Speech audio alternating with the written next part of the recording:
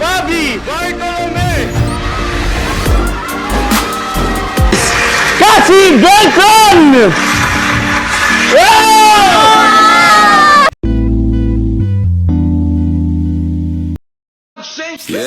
Kabado pa na muna, plano makausap, lakad pa kalmado pero Hindi ko natitripan yung nagiging trip na yun dito sa loob. Kasi na-feel ko na hindi na ako comfy. Kahit third date pa lang. Isa akin kung nababash na siya, siguro, stop na.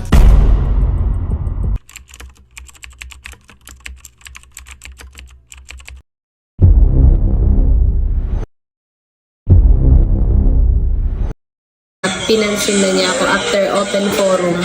Feeling ko talaga, parang for work lang lahat sa kanya. Parang feeling ko scripted lang, bumabawi lang siya sa nangyari ng open forum, ganyan. Kaya parang sabi ko, sige, parang sasabayan ko na lang.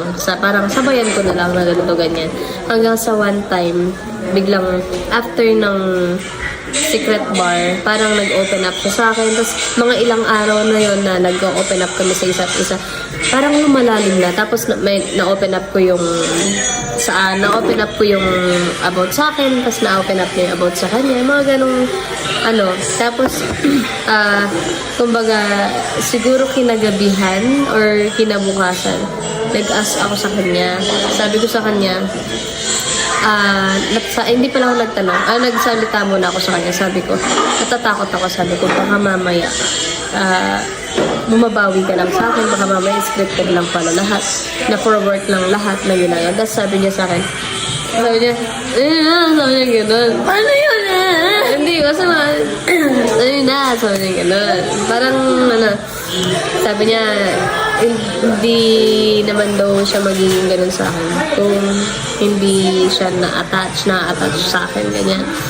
So, ayun. Kasi sabi niya na-attach na daw siya. Tapos sabi ko, hindi naman ako magiging ganito sa'yo kung like parang sabi ko kasi pinopoint out ko lagi sa kanya na ayoko siyang saktan. Kaya kung sasaktan ko lang siya, sana hindi ko na lang tinuloy kung ano yung ginagawa ko sa kanya ngayon. Or nung time na nagsistart pa lang. Kaya kaya hindi ko rin pinush yung sa amin like din before kasi knowing na bisexual ako, mas kaya kong ingatan yung babae. Hindi naman sa kaya, I mean, mas lamang yung respeto ko sa babae, which is ayokong makasakit ng babae, knowing na babae rin ako. Kaya ayokong ma-feel kahit na sinong babae ko, ano yung mga na-feel ko before. So, yun. Maingat ako sa lahat ng gawain ko sa kanya. In-explain ko yun sa kanya. Nasabi ko, nakita niya rin yun sa open forum na sinasabi ko sa kanya na may respeto ako sa kanya and ayoko siyang masaktan. Ayoko masaktan yung feelings niya or whatever, kung ano man yun. Kasi ayoko siya saktan. Kasi parang iniingatan ko siya sa lahat ng bagay. Ito kasi, aminin natin, may pagka-childish din sa mga na parang di niya iniisip muna yung kakalabasan. So, ang role ko dito, lagi, ako yung umaawat sa kanya, na pag-isipan muna natin, ganito, ganyan, bago tayo may gawin. Diba, naaawat naman dito. Which is, kaya ko rin siya, isa yun sa nagustuhan ko sa kanya. Marunong siyang makinig and wala siyang sariling gut.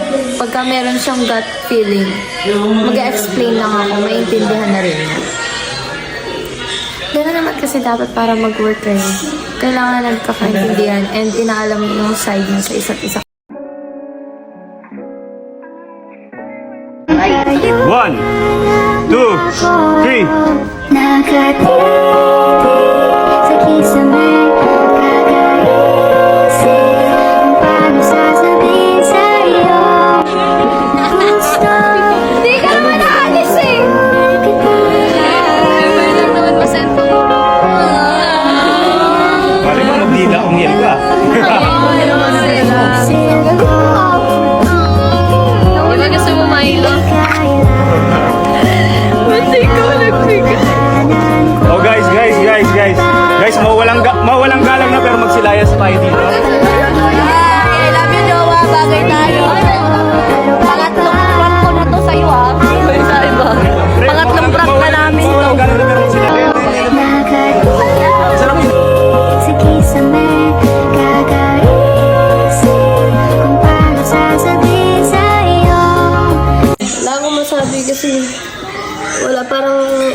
ng panahon na parang kailan lang nag-open forum tapos ngayon parang sobrang komportable ko na ulit. Baka mamaya mag-open forum na naman dahil sobrang komportable ko na. Katakot na eh. Takot ako eh. Baka mamaya kailan sobrang naging komportable, magpatawag na naman ng open forum. Sa tingin mo, mangyayari pa yan ulit sa ginagawa natin ngayon? Siyempre, feeling ko hindi na talaga. Kasi malalim na eh. Kaso, siyempre, kailangan talaga hindi mo na madali yung mga bago. Pero, ayun. Basta masabi ko lang, Sobrang iniintindi namin yung isa't isa and marami pa kaming bagay na kiniklear talaga. siyempre, hindi naman madaling pumasok sa isang relasyon na hindi clear lahat. Siyempre, gusto ko pagka papasok kami sa ganong bagay, ganong sitwasyon, kailangan as in talagang clear. Walang ganito, walang ganyan. Which is wala naman talaga. I mean, wala naman akong girlfriend. And wala rin naman tong girlfriend. And boyfriend. Ako kasi hindi talaga ako This is nag-boyfriend. by kasi, di ba? Ako kasi hindi talaga eh. Ayoko talaga ng boy. So, wala akong ibang intindihin sa akin. Kundi yung mga ex-girlfriends lang. So, sa boy, wala. Girlfriend lang talaga. So, yun yung getting to know each other kami. And then, tsaka ito pa. Bukod sa getting to know, yung nangyari niya sa amin yun. Sa akin side ko, tapos side mo.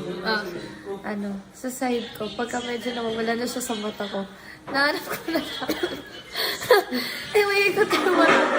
Sabi ko, Abi, asan ka? Tapos pagka hindi ko na siya nakita, ewan ko, napapran yung partidan, dito lang kami sa loob lahat. Dati hindi ko naman siya hinahanap, wala ka dyan. Tinitiis ko yun. Tapos mamaya parang after pag 15 minutes or 10 minutes na siyang hindi nagpapakita sa akin, hinapin ko na siya. Ngayon, ilang segundo lang wala siya sa mata ko. Saan kaya yun? Ganun din naman ako tsaka tawag dito. Parang nasanay namin kasi ako araw-araw siyang kasama. Kahit hindi ko siya katabi matulog. Kumbaga, bumabawi kami sa sopa. Niyayakap ko siya sa sopa. Ganyan kami doon. Kasi syempre, nami-miss ko siya eh. Namiss ko yung amoy niya. Ayun, parang amoy na lang niya yung hinahanap ko, ganyan. Parang, nasanay ako sa amoy niya. Parang, alam mo yun, parang pagka naamoy ko siya, gusto kong matulog, gusto kong magpahinga, gusto kong, alam mo yung rest lang, tapos umuulan, tapos hug ko lang siya, tapos kain kami, gano'n. Diba, tulog, kain, ganyan. Sabay nga kami tataba.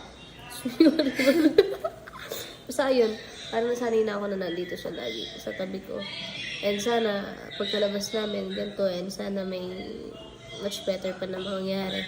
And syempre, dahil sa inyo mga Casbinatics, mas lalo kami nagiging solid. And that's why we don't rush things kasi Ayaw namin kayo saktan. and hindi kung sa side naman namin dalawa sa akin ayokong mag-go with the flow na nandito lang kami sa loob kasi first of all nagkakilala kami dito sa loob, so gusto ko makilala namin pa yung isa't isa sa labas, which is ginagawa naman na namin yun unti-unti. Pagka may off kami, ayun, ginagawa na namin unti-unti. Well, actually, wala talaga sa plano ko kung solo artist lang talaga ako dito as a solo influencer or content creator.